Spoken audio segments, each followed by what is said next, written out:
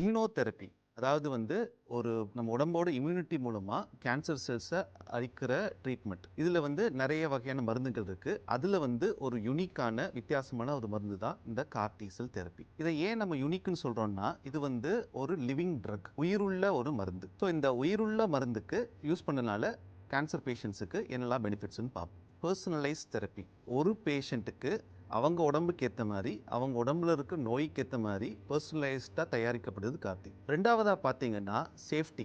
So கார்டி செல்றது வந்து புற்றுநோய் நோயோட ரத்தம் தான். அந்த ரத்தம் தான் வந்து மருந்தாக யூஸ் பண்ணுறோம்.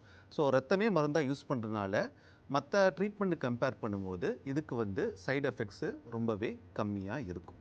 மூணாவதாக வந்து ஒரு ஏஜ் லிமிட். பொதுவாக வந்து அரசாங்கத்தால் அங்கீகரிக்கப்படுது 16 வயசுக்கு மேலே தான். ஆனால் குழந்தைங்களுக்கும் தேவைப்பட்டால் நம்ம பெர்மிஷன் வாங்கி யூஸ் பண்ணிக்கலாம்.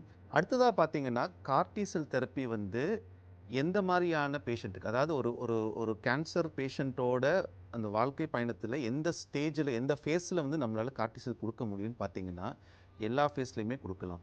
அஞ்சாவதாக வந்து என்ன பெனிஃபிட் அப்படின்னு பார்த்தீங்கன்னா, அதுக்கு வந்து ஞாபக சக்தி இருக்கும். ஸோ நம்ம கார்டி செல் இப்போ போடுறோம், இப்போ வியாதி கண்ட்ரோல் ஆனாலும் வியாதி வந்து கொஞ்சம் காலம் கழிச்சு திரும்ப வர ட்ரை பண்ணும்போது அப்போவும் அந்த கார்டி செல் தெரப்பி வந்து உடம்புக்குள்ளே இருக்கும். அது வந்து திரும்ப வந்து அந்த கேன்சர் செல்ஸை குறைச்சி கொடுக்கும். ஸோ இதுதான் வந்து கார்டி செல் போடுறதோட பெனிஃபிட்ஸ்.